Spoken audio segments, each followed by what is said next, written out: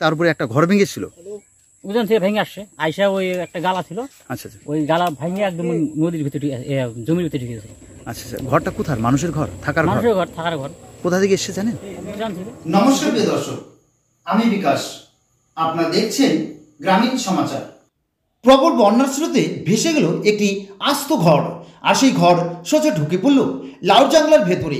প্রচুর ক্ষতির সম্মুখীন লাউ ক্ষেত। এমনই ঘটনাটি ঘটেছে বোয়ালবাড়ি বাহিরচর এলাকায়। তিস্তা নদীর প্রবল বন্যার স্রোতে একটি ঘর ভেসে আসে এবং সেই ঘরটি ঢুকে পড়ে বাহিরচরের এলাকার চাষি মনোরঞ্জন সরকারের লাউ ক্ষেতের ভেতরে। তারপর তছনছ করে দেয় সেই লাউ ক্ষেত। প্রচুর ক্ষতির সম্মুখীন মনোরঞ্জন সরকার। মনোরঞ্জন সরকার বলেন, বন্যার স্রোতে ওজন থেকে একটি ঘর ভেসে আসে এবং সেই ঘরটি সোজা ঢুকে পড়ে তার লাউ জাংলার ভেতরে, আর তাতেই লাউ জাংলা তছনছ করে দেয়। ফলন্ত লাউ গাছ একদিকে যেমন বন্যার জলে নষ্ট হয়ে গিয়েছে, অন্যদিকে ভেসে আসা ঘরটিও সর্বশান্ত করে দিয়েছে তার লাউর জমি। তাই তিনি অনেকটাই ক্ষতিগ্রস্ত হয়েছেন বলেও তিনি জানালেন। বলছিলাম, কি হয়েছে আপনার জমিতে? জমিতে উজান থেকে ঘর ভেঙে আসছে আইসা ওই জাংলার ভিতরে দিয়ে নদী পূব দিকে গালা বেরিয়েছে। আচ্ছা, মাঝখানে যায় ভেঙে চলে যায়, ওখানে ডিগি হয়ে গেছে। মানে আপনার ওই বন্যার সময় আপনার যে চাষের জমি তার উপরে একটা ঘর ভেঙেছিল, উজান থেকে ভেঙে আসছে আইসা ওই একটা গালা ছিল। আচ্ছা আচ্ছা, ওই গালা ভেঙে একদম নদীর ভিতরে জমির ভিতরে ঢুকে গেছে। আচ্ছা আচ্ছা, ঘরটা কোথার? মানুষের ঘর, থাকার ঘর? মানুষের ঘর, থাকার ঘর। কোথা থেকে এসেছে জানেন? উজান থেকে। কিসের ঘর ছিল ওটা? টিনের ঘর না ছনের ঘর? ছনের ঘর ছিল। মানে ওটা এসে আপনার বেড়া ঠোরা সহকারে বেড়া খুঁটি, মানে আপনার চাষের জমিতে সরাসরি চলে আসছে? চাষের জমি ঢুকছে। আচ্ছা, কাঠটা সহকারে বড় বড় লক সহকারে আপনার জমির উপরে ঢুকছে। কি জমি ছিল ওটা? কি চাষ ছিল? লাউ ক্ষেত। লাউ আর ঝিঙ্গা। ঝিঙ্গার দেশি লাউ ছিল। তাহলে ওই ঘর ঢোকার কারণে তো জমি নষ্ট, মানে জমির যে ফসল সেটা নষ্ট হয়ে গেছে। আধা বিঘা নষ্ট হয়েছে, আর ওই 3 পজার আছে।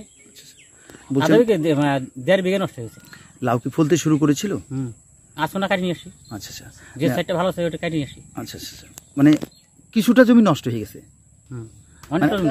ওটা কি ওই যে বন্যার দিন বন্যার স্রোতের কারণে ঘরটা ভেসে আসলে জমি এসে পড়ছে? স্রোতের কারণে তো। আচ্ছা, ওখানে মানে গর্ত হয়ে গেছে জমিটা? গর্ত এখনো কি জল হবে এখনো? তো আশেপাশে যে গাছগুলো রয়েছে সেগুলো কি ফলন দিচ্ছে? সাইডে গুলো দিচ্ছে, এখনো ফলন দিচ্ছে। জল নাই এখন। হ্যাঁ, বলছেন লাউ কত করে বিক্রি করছেন বর্তমানে? এখন 15-16 টাকা। 15-16 টাকা কেজি, মানে গোটা আর কি পিস। আর ঝিঙ্গা? ঝিঙ্গা 35 টাকা। 35। ঝিঙ্গার দাম কি বেড়েছে নাকি আগের সাথে? বলছেন এই মুহূর্তে তো অনেকটাই ক্ষয়ক্ষতি হলো, যেহেতু একটা ঘর ভেঙে আপনার ফসলের উপর দিয়ে চলে গেলো, জমির উপর দিয়ে অনেকটা ক্ষয়ক্ষতি হয়েছে না?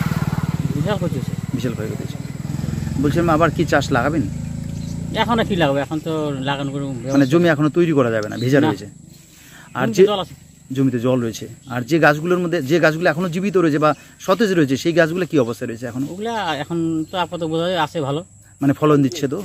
দিচ্ছে, এখন থাকবে না ঠিক নেই। আচ্ছা আচ্ছা, বলছিলাম পরবর্তীতে কি চাষ করবেন? আলু টালু কিছু চাষ করবেন এবার? পরে যদি আকাশে ভালো দেখবো চিন্তা ভাবনা করবো আর কি। মানে করবেন। বলছেন কি নাম দাদা আপনার? আমার নাম মনোরঞ্জন সরকার। এক দুর্দান্ত অফার নিল ইয়ামাহা। সীমিত সময়ের জন্য লোন কাম এক্সচেঞ্জ ধামাকা। প্রতিটি ক্রয়ের সঙ্গে নিশ্চিত উপহার। এক্সচেঞ্জ বোনাসে পাবেন 5,000 টাকা পর্যন্ত ছাড়, আর সামান্য ডাউন পেমেন্টে কিনতে পারবেন স্কুটার সহ মোটরসাইকেল।